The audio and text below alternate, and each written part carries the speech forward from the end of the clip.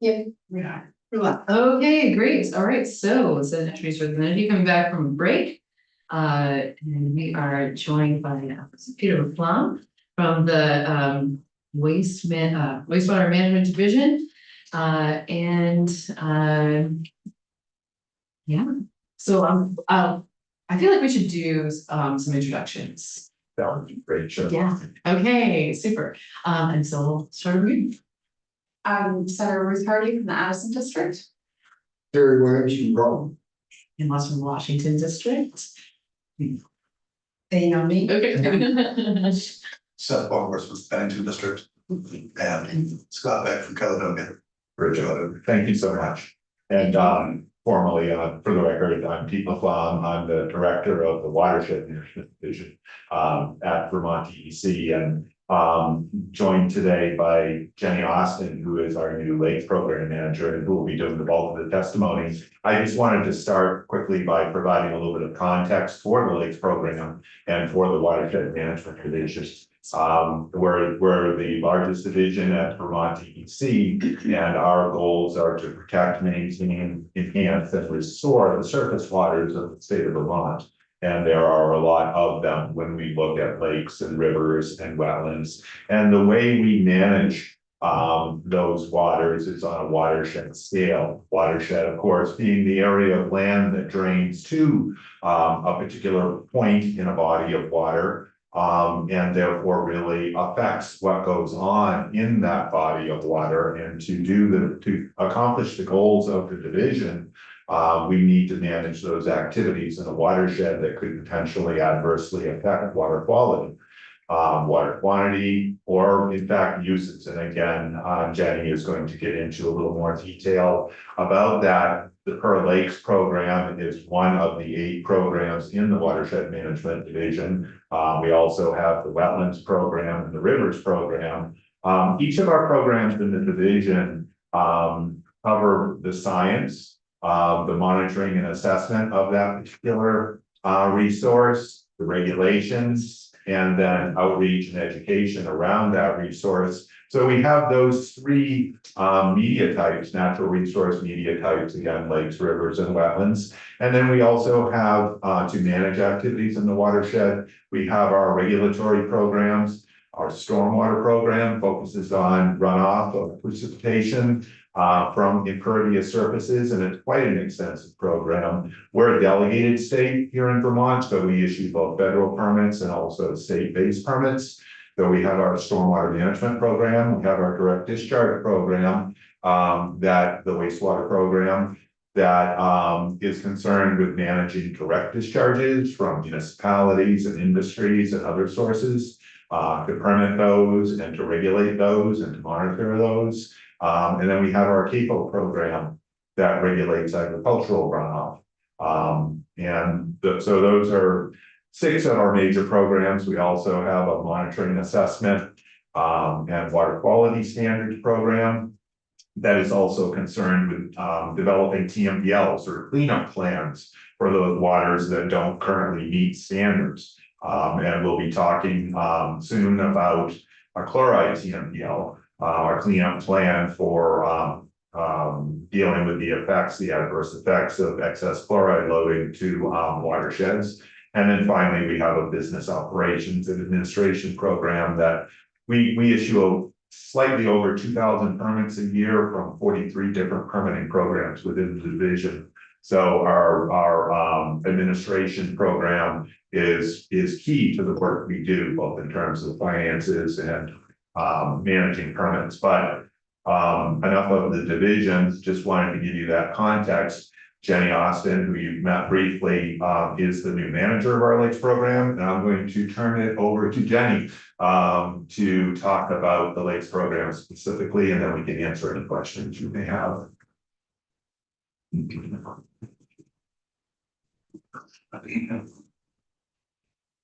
For the record, my name is Jenny Austin, and I'm the new program manager for the Lakes and Ponds program. Thank you very much for having me. It's been almost 4 months since I moved to Vermont and started in this role, so I've been developing my understanding of this program every day, and at the same time figuring out my life here in Vermont. So I really appreciate this opportunity to introduce myself and our Lakes and Ponds program. So lakes and ponds are a focal point of the watershed system, as Steve was describing, that many people can easily identify as something to value. They are quintessential to Vermont's scenery and hotspots for recreation and enjoyment. We have over 800 lakes in ponds in Vermont. 445 are larger than 10 acres, and then 220 are larger than 20 acres. And what many people don't understand is that lakes and ponds are a sum of their parts. And what Pete was explaining, there's an intricate network of streams and wetlands that maintain a healthy balance of nutrients and sediments into a lake or pond. So if wetlands are drained and vegetative buffers are removed along streams or shorelines, lakes and ponds get overloaded with sediment and nutrients like phosphorus. So you think you're clicking, but we're not seeing what you're clicking. Oh, I'm not clicking yet. Oh, okay. No worries. That was just my intro. Okay. Did that work? Okay, yes. So before I get too far into lake health, I just wanted to give you a brief overview of how we organize our lakes program management. So we have 3 main organizational teams, monitoring and assessment, aquatic invasive species management, and then regulation and restoration. So let's start with the monitoring and assessment. So there are too many programs for me to summarize all of them in this short time. So I'm going to just highlight a couple of them for you, and then you're welcome to peruse at your leisure. These are all links to our website, and or you can have me back again to go into further detail. But generally, the monitoring and assessment programs are designed to answer the following questions. Number one, to what extent is the water quality of Vermont's lakes changing over time? Number two, what is the overall quality or status of lakes in the state? And number three, how effective are Vermont's clean water projects and programs?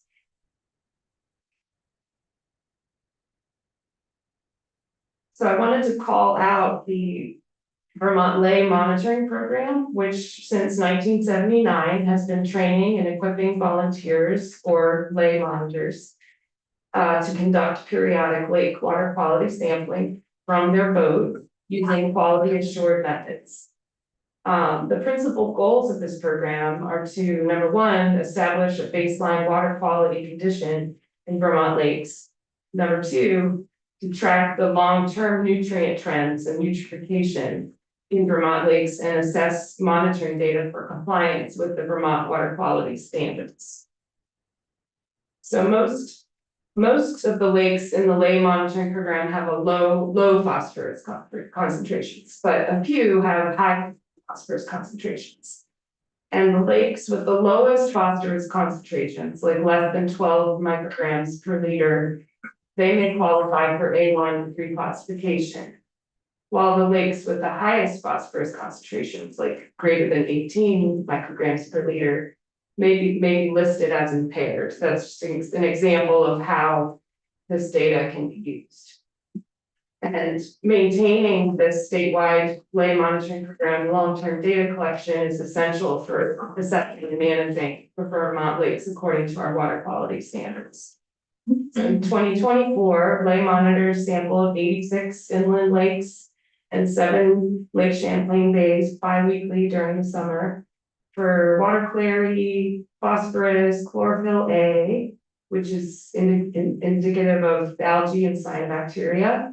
And then we also added caffeine this past year, which is an indicator for wastewater. Oh, really? Yeah, it's a new one that we just added, and it is popping up a few interesting results. I'll share at some point. We know where all the caffeinated beverage people are. Let's see. So the Vermont Lake Scorecard is a tool that I know the public likes, because before I even was in this role, my husband was using it to figure out where we might want to live, because he really wanted to live near a higher quality lake. The scorecard, it just pulls together data from our different databases to generate a visual for water quality trend, shoreline condition, invasive species, and mercury levels. There's also a handy map to show what areas drain the lake. So a really important concept in lake health is the trophic state. So if you learn nothing else from this talk, it's probably good to understand the trophic state. We talk about it a lot in my program, because they indicate the overall productivity or phosphorus concentration of a lake, which then directly affects the types of aquatic life that can thrive there, the water clarity, and the recreational use. So the lower nutrient level, or oligotrophic lakes, they tend to have clearer water and support cold water fish like trout. And then we have these higher nutrient level, or eutrophic lakes, that support more plant growth, and they may have algal bloom problems and taste and odor issues.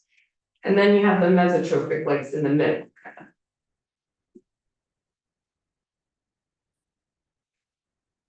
So the high levels of primary production and decomposition in the eutrophic lakes, they can also result in low levels of dissolved oxygen that stresses or kills fish and other aquatic organisms. And these lakes will likely only have warm water fishes like bass or sunfish. I wanted to point out that in this EPA National Lake Assessment that we regularly participate in, Vermont has a higher proportion of oligotrophic lakes than most of the other ecoregions or the nation. And this is significant because this means Vermont is in this unique position of stewarding some of the best remaining lakes in the nation. And with that comes a huge responsibility.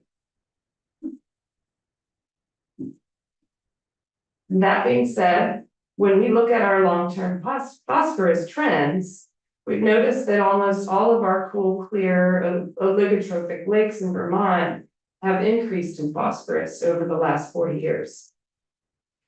And as well as many of the mesotrophic lakes. And then on the other hand, all but one of the high nutrient eutrophic lakes have stable or actually decreasing phosphorus trends. Sorry, can you just say that again? The eutrophic lakes have decreased in phosphorus? Some have decreased and many have remained stable, Okay.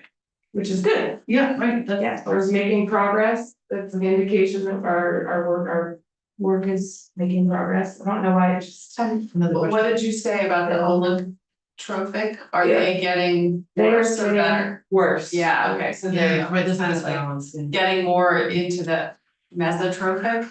Is everything moving toward the middle? Yeah, yeah. Yeah. Increasing amount of phosphorus that these lakes are taking in. Yeah. Are you gonna talk about why that's happening? I would say. That there's many sources. From the watershed, from the streams coming in to lakes as well as the shoreline. There's shoreline disturbance. We found in our National Lake Assessment that the more recent one that 18% of the lakes in Vermont have like a high quality shoreline. So that's a pretty low number. So most of them have pretty disturbed shorelines. There's a lot of owners like to mow all the way to the end. But that's something that we're working on. There's a lot of lake watershed action plans that we put into place where we help property owners and municipalities to implement projects to reduce phosphorus coming into the lakes. But honestly, we do need to do more monitoring to fully understand what are the stressors. Why are we seeing this trend in our oligotrophic lakes? Because some of these oligotrophic lakes are in very undisturbed watersheds. So it isn't quite clear like where this phosphorus is coming from. Sometimes it can be historical and it's from past land uses stored in the sediments of the lake, that sort of thing. So yeah, it's more monitoring. to answer that question. And I'm sorry, I don't know why. But it would be, there, do we know that a lot of it's coming from agricultural runoff? I think that is the primary source is agriculture, yes. But, yeah, I can get back to you on the breakdown. And it's probably different in different places, the answer, I yes, but okay. Yes, every lake is unique. We have another answer. Senator Barker, it's just that in addition to what Kenny was just saying, I mean, I think some of it is, you know, changing precipitation patterns are definitely moving more water through a watershed. And that's contributing some. In terms of the agricultural question, it does depend on the composition of the watershed.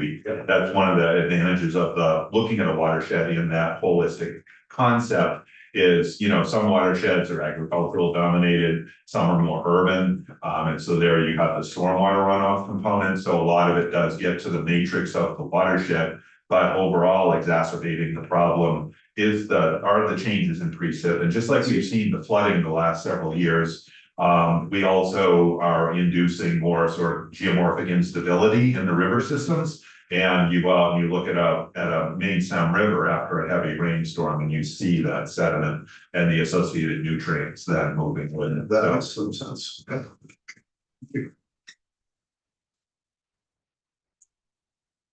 Sorry, my presentation keeps crashing. Oh, no. Don't know why.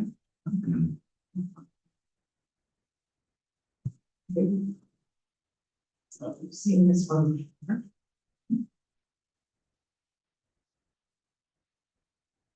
There we go. So one of the results of too much phosphorus in a lake is harmful algal blooms or cyanobacteria. So we also monitor the occurrence of these and try to understand what causes them, and potentially predict when and where they might occur.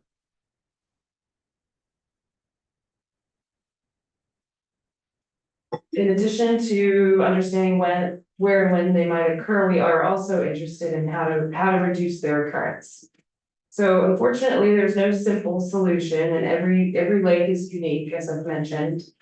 That being said, for lakes where the primary source of phosphorus is from within the lake itself, we've had some success with aluminum treatments. And what aluminum treatments do is they bind the phosphorus to the lake sediments. Then they settle down, and this phosphorus stays trapped in the lake sediments, sometimes for decades. And this leads to a ripple effect of higher water clarity and quality. Just lost your presentation.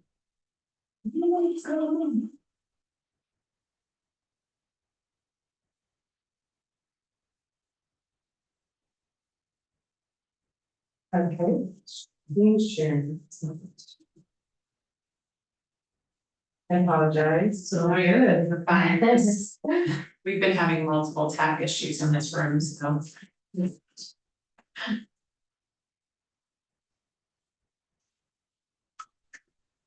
Usually this is on.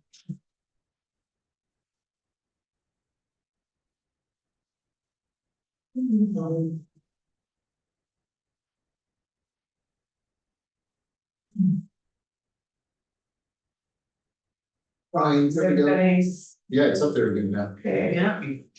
There. Do the slideshow again. There we go.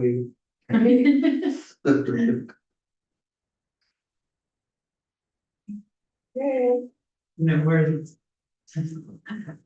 Seniors. So, yeah, so I was just explaining. So these we call them alum treatments, but aluminum treatments, they're really only effective in lakes where most of the phosphorus that's coming from the watershed has been mitigated.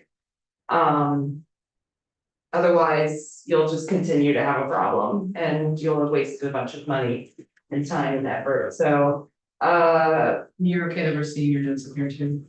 no. I mean, I have all the faith. It's all good, all good. Yeah. No, I'm not. Yeah. Well, and just. We also have the slides on our website. Mhm. So You can also follow along. if you want to Yeah, I have- not share, you can I follow have them on along. my phone here. And Um, then you don't have to show us your notes. What I will do is just show the present, or I'll just present like normal. Hopefully it won't just keep crashing now. And then look at that. Is that easier, or do you want us to follow along on our? No, you're just good. Okay. The people online see this, right? Yeah. Yeah. Sure. they can. Okay. So, we've seen some success with these alum treatments, and, one example is Lake Maury. So the monitoring data from Lake Maury were used to both list the lake as impaired in 2022. And then compare conditions before and after an alum treatment in 2024, which did successfully reduce the phosphorus and algal concentrations.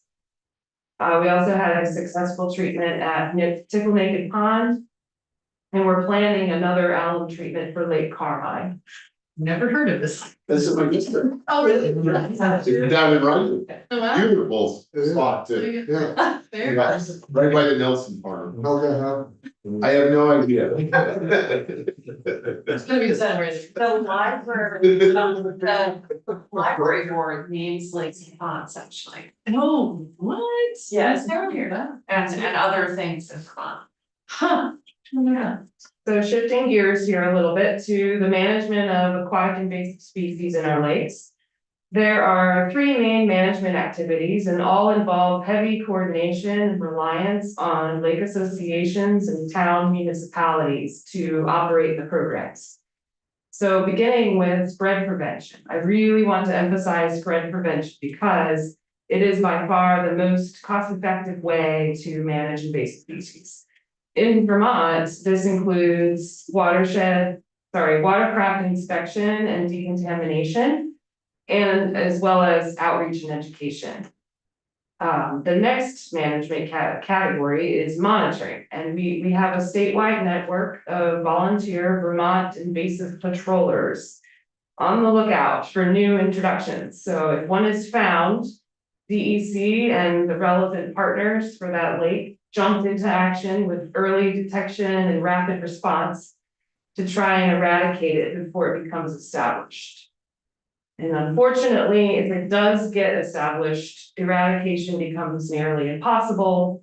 And we shift into long-term management as the only option, which can be very costly, and it's just a never-ending management. No. Okay. Is. No?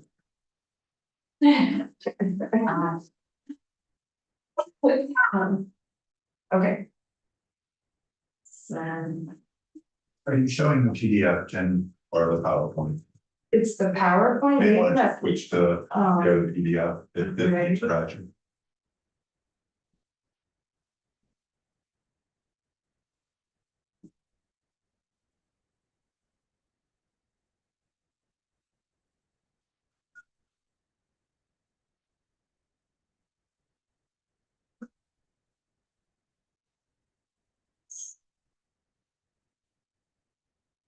Let me try.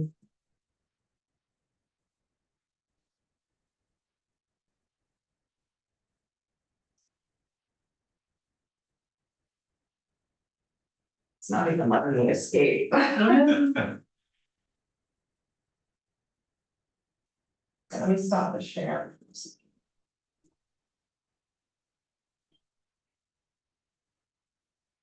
Sorry, guys. You know, it's all good. No worries at all. To stop for a second.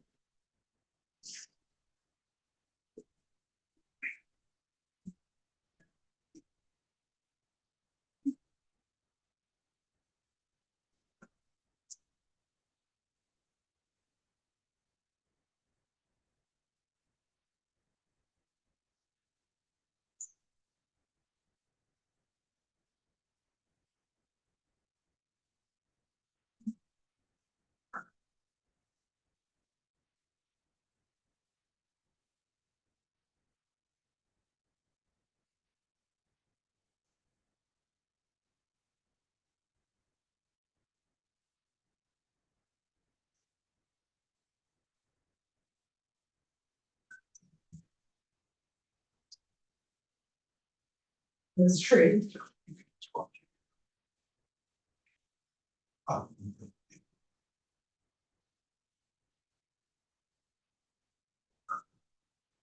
think it's the Zoom that's causing my computer to freak out. Yeah, sure. It's your computer. Um,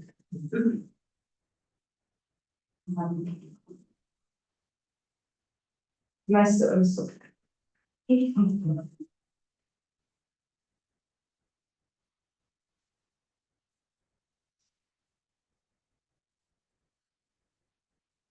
Or even this, you're still in the Zoom and you're still co-host, so I don't know why it's not. Please.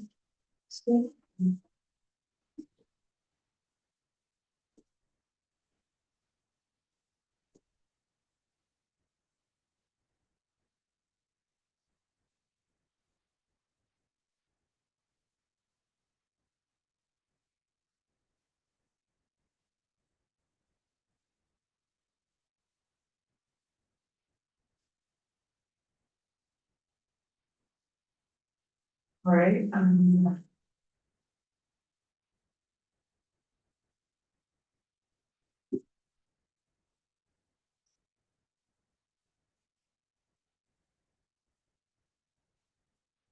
didn't know how to make the screen, full. It doesn't remember full screen. Yeah. Something went wrong. Maybe just skip to the slide you were on now, not worry about that. Okay, I don't know what is going on. Oh, no. You guys, can you see on your screens,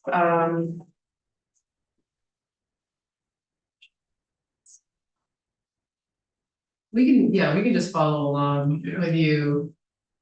It's posted, so. Yeah, it's posted. all right. So you're on slide 11. Okay, so lakes and ponds. Okay, slide 11. Okay, this is the one with the graph. Here's a graph. Yep. Okay. So the talking about aquatic invasive species management. The funding support for these programs comes from the Aquatic Nuisance Control Grant and Aid. You see how that's comprised, and for many years now, the total project costs have exceeded the available funds. These projects are crucial to prevent the spread of aquatic invasive species. And a lot of these projects are the spread prevention efforts with the greeter programs around the different lakes. The lake associations, have volunteers that greet boats and they do inspections, boat washing. We train them. And then there's also the management projects wherein they try to control, introductions. And then education and outreach, efforts as well. And then next slide, on slide 12.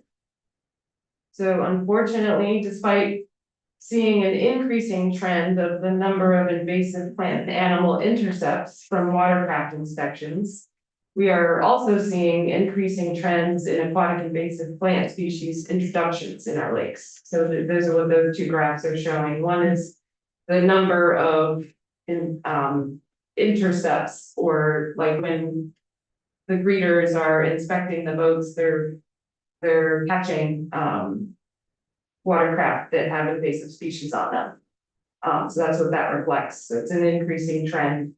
And then we also have an increasing trend in the number of introductions that we're seeing in our lakes. So we're kind of at the point now where we're recognizing that this current watercraft inspection decontamination programs, we may have some limitations, challenges, and we need to evaluate some different program alternatives. So that's what I came in and I'm attempting to do. So I'm gonna come back to this topic in a moment, but next slide. 13.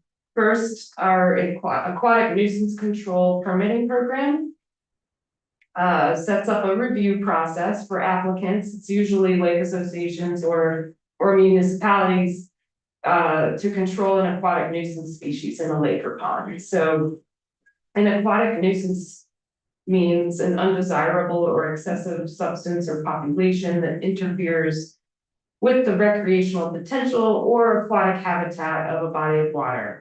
So this includes rooted aquatic plants and animals and algal populations. So we have a pretty robust internal review procedure that seeks input from Vermont Department of Health, Fish and Wildlife Service, Forest Parks and Recreation, among many other agencies and divisions. And the process includes notification to the environmental notice bulletin and a public comment period. There are currently approximately 150 active permits that include things like mechanical devices, benthic barriers, structural controls, and herbicides. So next slide. Speaking of herbicides, I wanted to include some information about Priscilla-Core. So Priscilla-Core goes through the same internal review process as any other aquatic nuisance control application. And Priscilla-Core is a highly targeted herbicide that we use to treat Eurasian water milfoil in particular.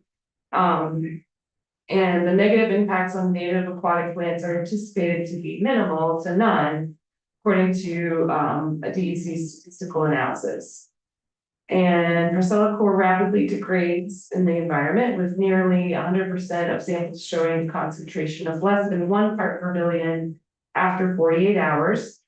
The potential for acute and chronic risks to fish, aquatic invertebrates, amphibians, and other aquatic animals is considered to be low based on a DEC study.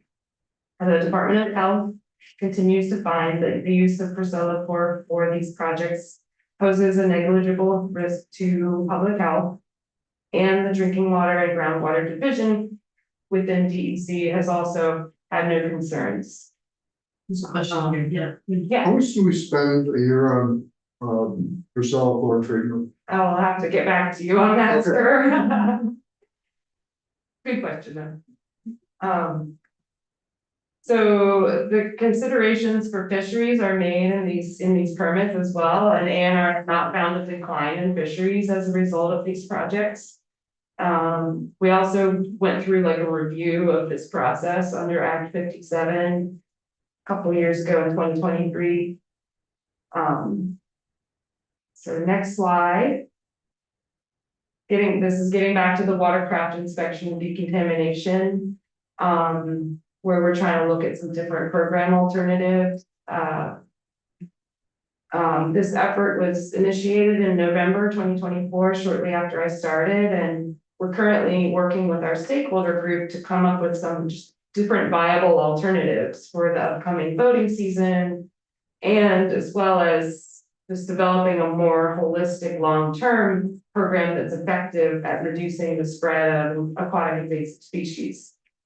And just as an example of like a capacity challenge that we're trying to resolve, there's only around maybe 40 of our 800 lakes that have a volunteer greeter inspection station. And only a handful of those, and by handful I mean like 5, have boat washing capabilities, or maybe more like 10 or 11. But then there's only a few of those boat washing stations that have like the capability of decontaminating wake boats and the larger motorboats. So don't worry, I'll get to those in a minute as well. See, next slide.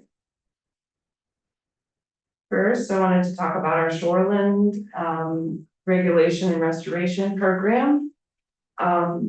We deal with a number of different regulations. Number one, lake encroachment, which regulates encroachments and projects in public water, so like docks or anything that juts out into the water, we permit. And then we have the shoreline protection, which regulates development along the shoreline of lakes and ponds. And 2024 marked the 10-year anniversary of the Shoreline Protection Act being in place. And the forested shorelines are protected with 100-foot buffer for new development. And the biggest impact of the shoreline protection regulations are required development setbacks, the ability to require corrective actions, and the installation of practices to protect water quality. So there's been more than 2,000 shoreline permit decisions that have been issued over the past 10 years. The regulated community is really well aware of the regulations. We work really closely with homeowners, contractors, and realtors to ensure the compliance with the regulation. So we have a really strong community engagement. The regulators are able to connect the public to voluntary best management practices in our Lake-Wise program, which is really popular. There's a lot of private lake property owners that have gotten really into this with planting vegetative buffers and making their lake property really not only beautiful but also protective of the lake shore. So in 2012, the rulemaking authority of the Water Resources Panel was transferred to the Agency of Natural Resources under Act 138. And this means that ANR now has rulemaking authority for number one, reservoir surface levels, number two, reclassification of water bodies in accordance with Vermont's water quality standards, and number three, the use of public waters rules, which handles the management of recreational conflict. So this is where we now have the authority to regulate wake sports. This leads me to my next slide, 17. So in April 2024, ANR exercised this new rulemaking authority to become the first state in the nation to pass legislation to limit wake sports on most of its smaller inland lakes in an attempt to minimize conflicts of use. And since then, 10 additional lakes have petitioned to ban wake sports on their lakes, arguing that the new regulation didn't go far enough to protect normal uses. So DEC is currently reviewing over 500 comments we received from 2 public meetings we held in December for these petitions. Just to highlight some challenges with these new rulemaking authorities. When the Water Resources Board rulemaking authority was transferred to the DEC Lakes and Ponds program, it didn't come with additional staffing resources. So in addition to the 9 wake sports petitions, we also have received 4 petitions requesting to reclassify surface waters. And in general, rulemaking is a long process with many procedural steps. And currently, there are several rulemaking pressures on the program. So last slide, thank you. Thank you very much for your time. I really appreciate this opportunity to connect with all of you and communicate the importance of stewarding our lakes so that they remain beautiful and healthy for future generations to enjoy. Any questions? Not at this moment, I mean, is there questions? Not a question, but despite the work and effort being made, which I appreciate, I think it all, but it's alarming to me that we're still going backwards and our lakes are deteriorating and they are so critical to Vermonters. I'm not, and I want to be really clear, I'm not here making, I very appreciate what you're doing, so I want to be misunderstood here, but I think this is something when we can find the time, we should spend more time on it because it's so fundamental for Vermonters' psyche. It's part of who we are, and we're losing, and those lakes that are more pristine now, we are going in the wrong direction, and that's alarming. And it's really, I'm really deeply concerned about it. It's interesting that Well, I guess I appreciate that you're reevaluating the methods and we're looking forward to, yeah, what the recommendations you all have about changes to the methods to prevent the spread. So anyway, I just appreciate all the work that you're doing. Yeah, looking forward. Yeah. Welcome to Rome. Thank you. Better. Yeah, Yeah, go ahead. I, the section of your presentation about the, what is it called, the Priscilla core, I'm not, I'm not sure what to think of all that. I know there's a lake near us, St. Catherine and Bones. yeah, but I was thinking Bombazine, but also St. Catherine, that there's a huge controversy about the use of herbicides. yeah, and- that's why I included that in here, because. Yeah, and I don't know what I think, I try to stay out of those like local battles, but Me too. yeah, it's kind of lose-lose for us, but I don't, is that something that's being evaluated about whether that's a good thing or where, what's the status of that? Sounds like Yeah, you are the using. way our permitting process works, it is an iterative process where we are kind of continuously learning from the science. We have in our permit, which is very lengthy, we have a lot of conditions for monitoring. We're also, of course, paying attention to all the scientific literature and studies that are being done nationwide. It's an herbicide that's used in hundreds of lakes over in the nation, Mhm. to include New York, you know, they use it in like St. George. And so it's well documented that the impacts are very minimal. If the concentrations that we are applying it at. And so the conditions in the permit with the monitoring that we do, we're constantly adapting the permits to adjust for different impacts. As I mentioned earlier, that every lake is different. Mhm. So the Lake St. Catherine is a good example of how there was a damselfly, fork-tailed damselfly, which is a rare threatened and endangered species, RTE species, rare threatened and endangered species. That has been found in Lake St. Catherine. And so it specializes on the native water lily there, and so we wanted to make sure that we were careful about the applications of any of the Southport near the water lily. So we included that in permit to keep not only the applications away from those areas where there's water lilies existing, but also to monitor, we have a monitoring requirement in there as well, so that we can see if there are any impacts to the non-native, or sorry, to the native plants, which there aren't expected to be any, because like I mentioned before, the really low concentrations that are used, and how the dilution effect occurs in the lake. So. I know it's just a battle between people around the lake about the use of it.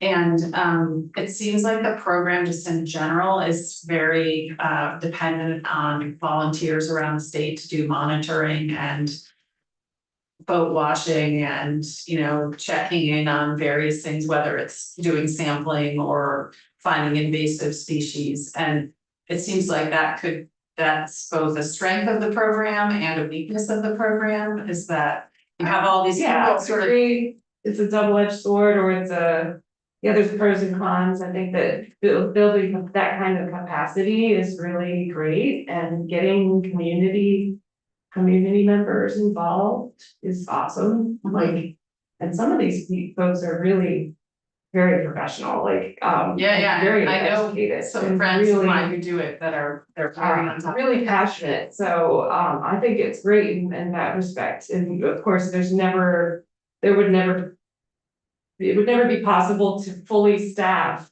our program to be able to monitor 800 lakes Mhm. and have stations set up at 800 lakes for, inspections and decontamination. So yeah, it's trying to find that balance between not relying too heavily on the volunteers for, especially for like decontaminating wake boats. Takes an extra, that's expertise to be able to do that. So. And having all the logistics, a lot of these volunteer programs, they don't have running water or they don't have electricity at their boat station. You know, so it's just not possible to have Yeah, what is needed, so, yeah, building capacity and finding that balance, is what we're trying to do, and just to be able to make a recommendation that makes sense for the sustainable and that it reduces the risk of spread to an acceptable level. That's what we're trying to do. One further thing on the wake boat question. So you said that there are very few places that actually have washing stations. And then even fewer than that have capacity to sufficiently wash wake boats. Correct. Do you have a sense of like how many we're talking about for the capacity to wash wake boats? There's really only a few that are on the Lake Champlain basin, because Lake Champlain Basin has the funds available and they purchase they have a larger decontamination units. Okay, It's just really what you need. You have to have basically running water you have to have a large volume of water right, to clean out those ballast tanks. right. So the only place that you could adequately decontaminate a wake boat is on Lake Champlain. At the moment, I'd have to check if we might have one of the larger units at one of the inland lakes, but really, Right. they're mostly And so small operations. of the set of lakes that are permitted to have wake boats, because they meet the other regulations, I guess what I'm saying is like, the set of lakes that it's allowed does not, like, it's a broader set than those that can adequately decontaminate. Right, we don't currently have these state approved decontamination stations that we, Okay, yeah. thank you.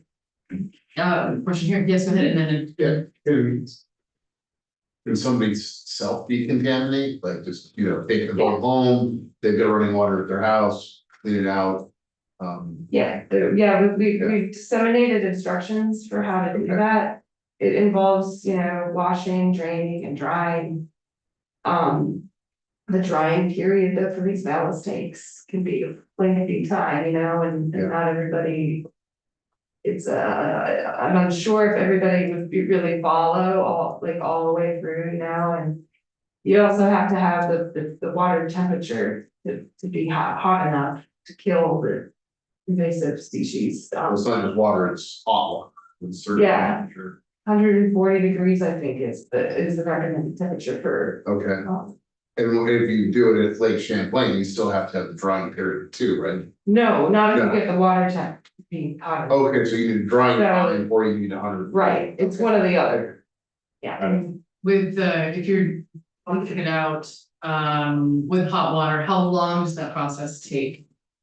That I have to follow up with you on. Okay, Haven't learned that one yet. that's okay, no worries. But, Thank you.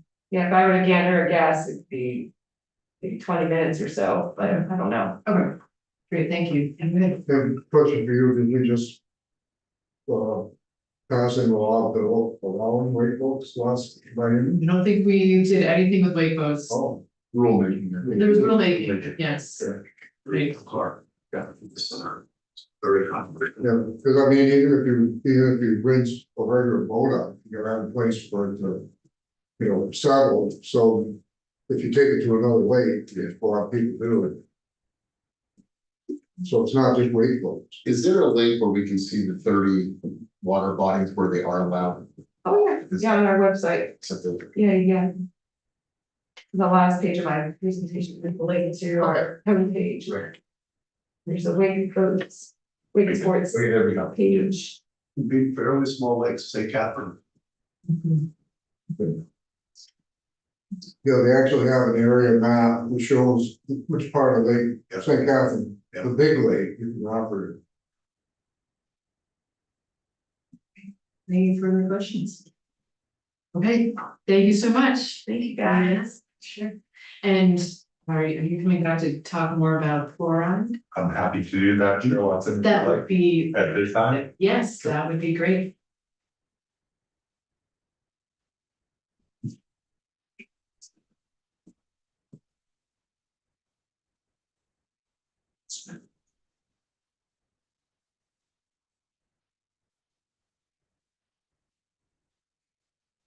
Yeah, so if you could just set the stage for us about the situation with salt, fluoride in our lakes and ponds. Be happy to Yeah. share Watson, and again, just for the record, Pete Laflamme, Director of the Watershed Management Division, and right, obviously, this time of year in Vermont, we need road salt application to keep surfaces safe and passable.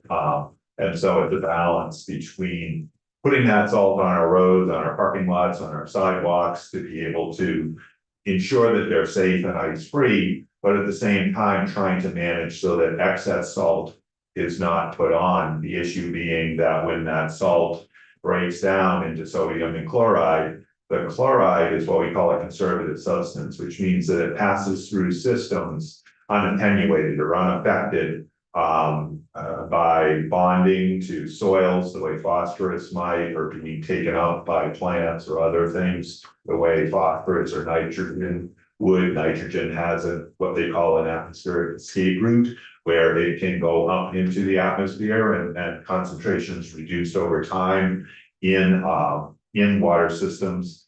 Chloride is not like that. You put chloride on the ground, it's going to stay in the system and it's going to move through the system.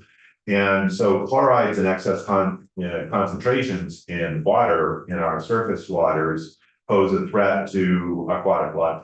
There are both, we look at those concentrations in two ways: chronic effects. So a certain concentration over a long period of time can be deleterious to the aquatic life, and then acute, where a slug of very high concentration can, over a shorter period of time, have that same effect. The EPA, US EPA, develops criteria for all of the various pollutants that we find in water. They have an entire wing of EPA develops these standards and then passes them down to states. And then we subsequently promulgate those in our water quality standards, which are a rule. They're so-called 303A. They come from the 303 as a section of the Clean Water Act. These criteria are handed down. The point of saying all of that is that right now there are concerns that our current chloride concentrations are too high. They're consistent with the federal concentrations, but a lot of biologists are concerned that even those levels are too high in our current standards, and US EPA is currently working on reviewing those standards and may come out with lower chloride numbers. The reason I say that is that even at the higher chloride numbers, which may prove in the end to not be entirely protective of aquatic life, we have areas in Vermont that exceed those numbers. Overall in Vermont, as in many states, we're not unique at all. All of the northern tier that uses sodium fluoride as a primary means of de-icing in the winter have this same problem, and it's mostly acute in areas that have a high concentration of impervious surfaces per the watershed size. So in other words, if you have a small drainage that drains areas with large parking lots, lots of roads, sidewalks, those sorts of areas, the de-icing salts are put on there and they subsequently drain, move through the watershed, and eventually affect the concentrations in the water, and therefore, at a higher concentration can have adverse effects and the water can become impaired. We have maximum or minimum, depending on which pollutant you're looking at or which constituent you're looking at, maximum and minimum concentrations. For chlorides, it's a maximum concentration in our water quality standards. We do monitoring around the state, and we target these areas where, from a remote sensing point of view, there is a large amount of impervious surface draining to a relatively small watershed. That can help us focus our monitoring. In other words, a small parking lot in and of itself draining to the lower Winooski River would not be enough to tip the scale. But when you look at the entirety of a a collection of impervious surfaces, and again, on a smaller watershed. The best current example we have of this is a little brook called Sunnyside Brook.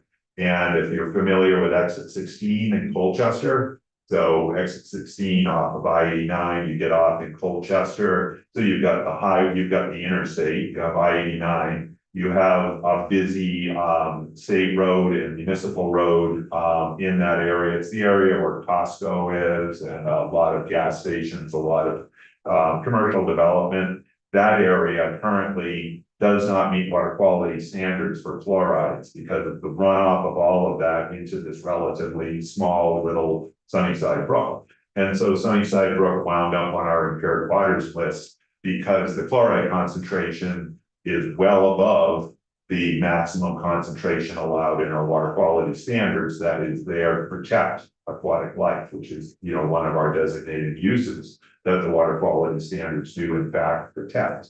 And so then we needed to develop a TMDL, and I mentioned TMDLs in my brief overview for the overall watershed management division. A TMDL, total maximum daily load, it's kind of a nonsensical term, but it's a term that comes from the Clean Water Act and from CFR, and it's the cleanup plan. So we developed a cleanup plan for chloride for Sunnyside Brook. So that TMDL is developed by the state, it's sent to EPA for their review and approval. EPA did approve that. So we now have a formal TMDL for chloride at Sunnyside Brook.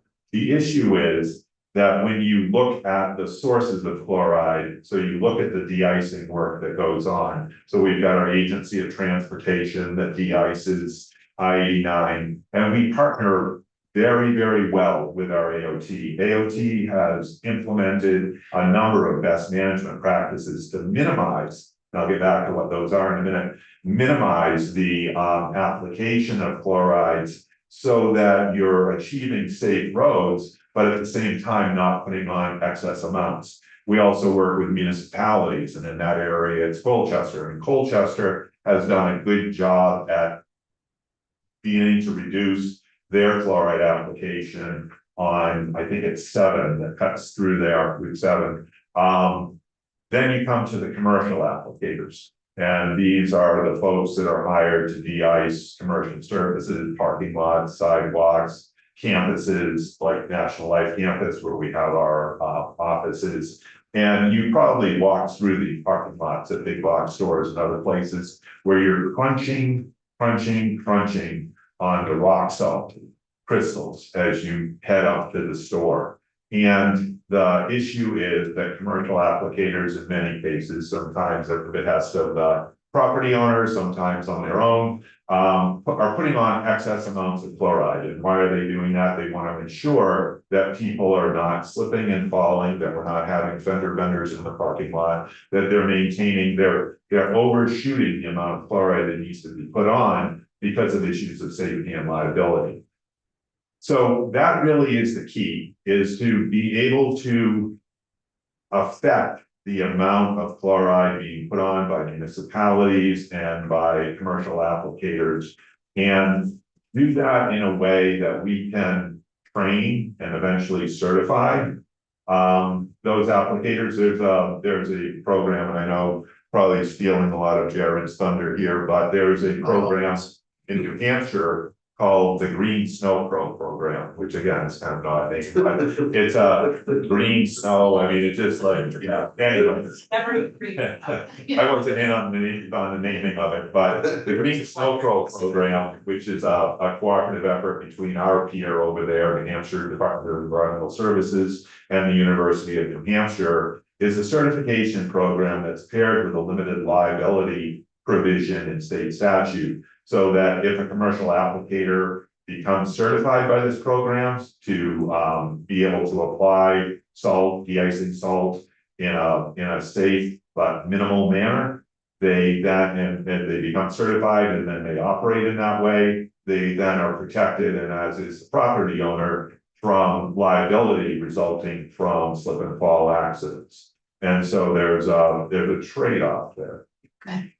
I feel like we're getting ahead of ourselves because we haven't started digging into it, but I'm gonna ask you a question because we're here. does the program also include some kind of assessment or inspection or monitoring of the equipment? And I asked because I had an issue last year in my municipality where the truck that was salting our tiny little flat dead end road that probably doesn't need to be salted at all. They turn around in my driveway, they back in to go out of the dead end street. And while they were backing out, they dumped like a pile like Of this brick. big in my driveway of blue salt. And I think it was a malfunction in the spreader, that wasn't intentional, but it seems to me like that also happens, is that these things are not very well. You're exactly correct, and when you look at the BMPs, that the best management practices that are part of such a certification program, I'm sure it would get to maintenance of equipment, the devil will be in the details Yeah. as to how, the statute gets developed and the rules following that,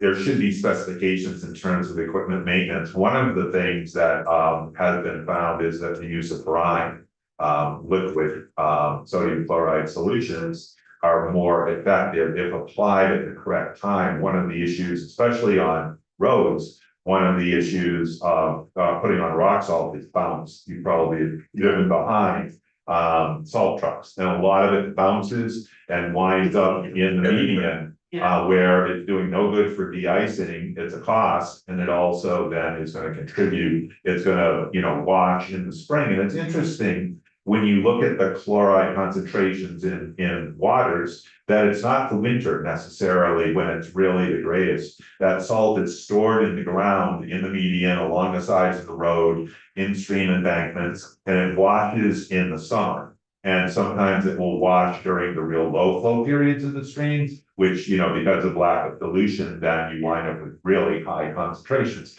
But it's the result of chloride that's been stored for various reasons. Another example of a BMP is not salting before you plow.